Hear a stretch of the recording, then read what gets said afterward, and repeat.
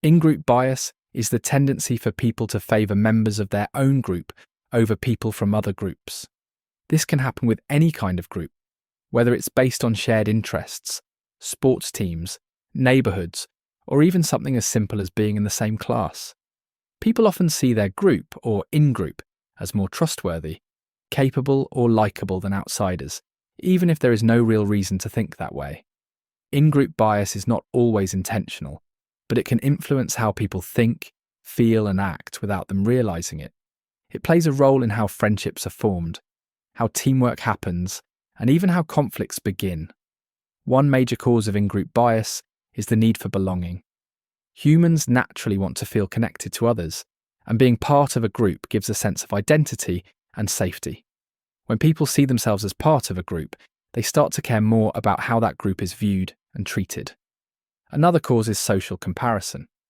People like to feel good about themselves, and one way to do that is by seeing their group as better than others. This leads to exaggerating the positives of their own group, while ignoring or downplaying the positives of other groups.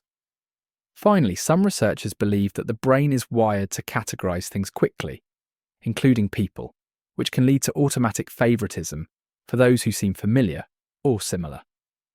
In-group bias can lead to unfair treatment of others. When people strongly favor their own group, they may ignore the ideas, needs, or abilities of people from outside groups. This can cause problems like bullying, exclusion, or even larger social divisions. In school or work settings, in-group bias might lead to favoritism, making it harder for outsiders to get equal opportunities. It can also make people less open to different perspectives, which limits learning and cooperation. Over time, these effects can build walls between groups, making it harder to trust or understand each other.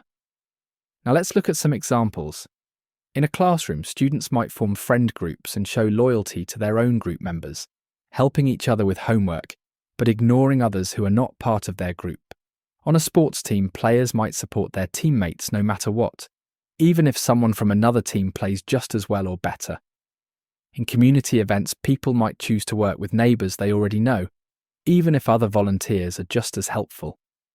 These everyday examples show how common and subtle in-group bias can be.